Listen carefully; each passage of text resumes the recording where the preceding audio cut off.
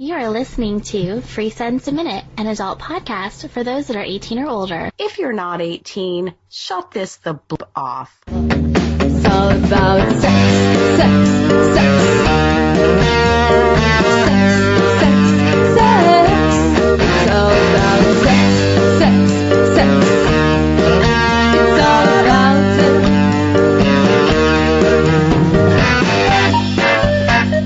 Hello there, everyone, and this is Kellie from Free Sense a Minute. So I had a lot of fun myself just personally listening to Maggie's Phonesex primer, and it was really very interesting. She said a lot of key things, and today what I want to do is kind of have a little fun with you all.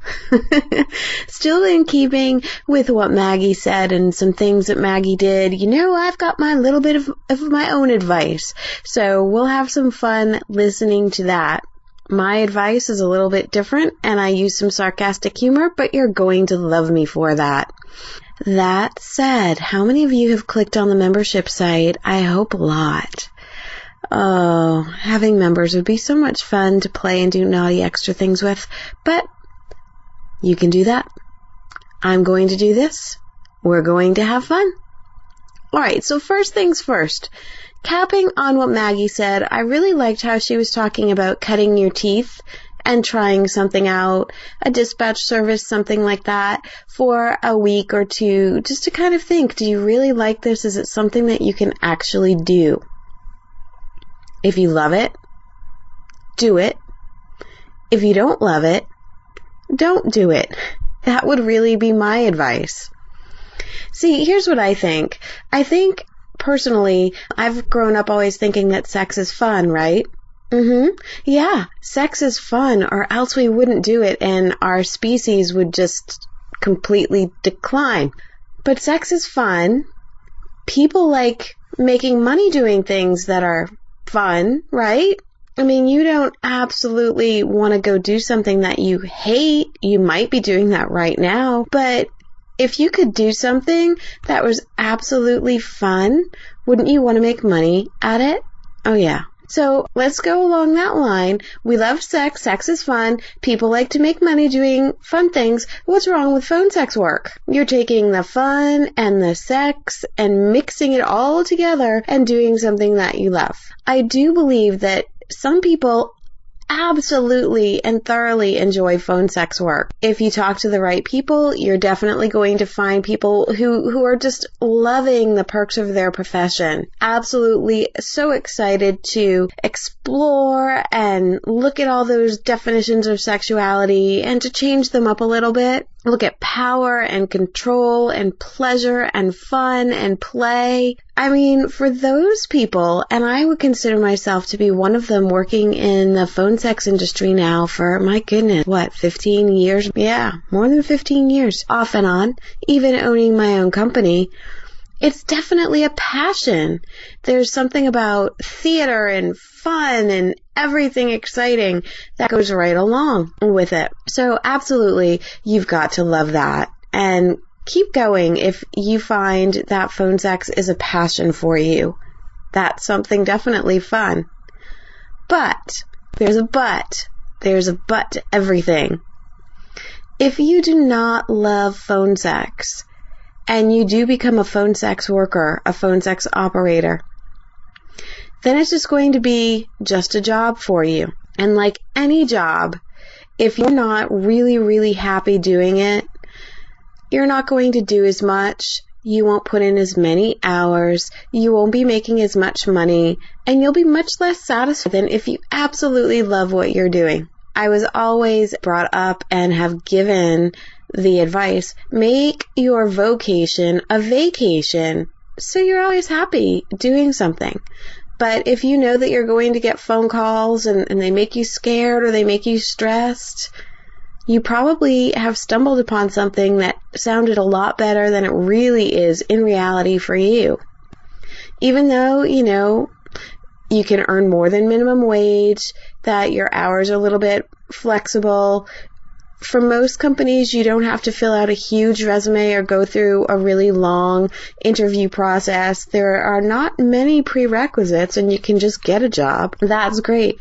But there definitely are cons. That's having to schedule yourself and be your own boss and give 110% every single time, because if you don't, you're not going to get those regular callers who keep calling you back time and time again. You won't be able to build that steady client base. Callers can absolutely tell. Absolutely tell when you're having an off day, when you're tired, if you're just not into it. So they know.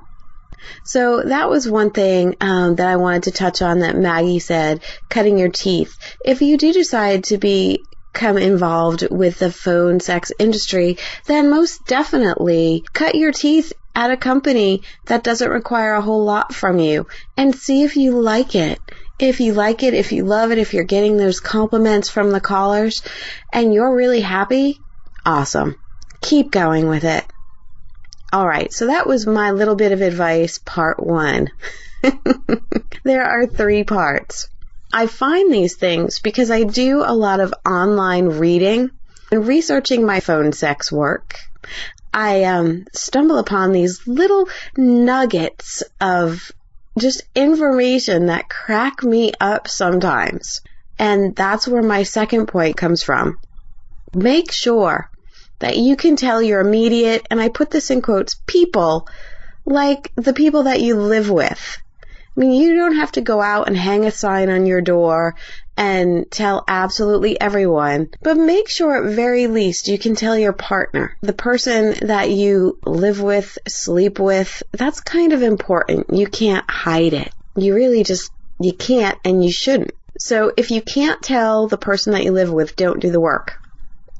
And to back up my point, I love reading The Smoking Gun. It just cracks me up. And back a few weeks ago, they had kind of a little snippet, very small, where some of their other pieces are very long. Something about a phone sex worker, a woman. So this story was about a 24-year-old woman who had called the police to report that her boyfriend, who had just returned home from a 2-week fishing trip, had disconnected her cell phone after discovering that she was using it to work as a phone sex operator. Now, she called 911 after getting into a verbal argument with her boyfriend, and that was according to the sheriff's report.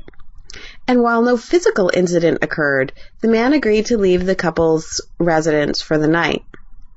They had been in a relationship for 4 years and have 1 child. And they live together. If you're doing phone sex operating work, you need to be able to tell your immediate people, like that boyfriend or that husband or that girlfriend or that partner that works and lives and talks to you every single day. Maybe you don't sit down and have dinner all the time together, but you need to be able to tell your immediate people. If you're not comfortable, if you're hiding something, if you're not able to be honest with yourself and your people, you're not going to be giving a great quality call. And you're not going to be building up that client base that you need. It just would seem really weird to me if I wasn't able to share my job. That doesn't mean you have to go telling your mom, oh, I'm doing phone sex work. You don't have to go do that. I mean, you can just say I'm doing telemarketing. But you need to really be able to tell the people that you live with. That's my second point that I really hope that you would all take. And I know this is not probably going to show up in a primer anywhere, but be able to tell the people that you live with.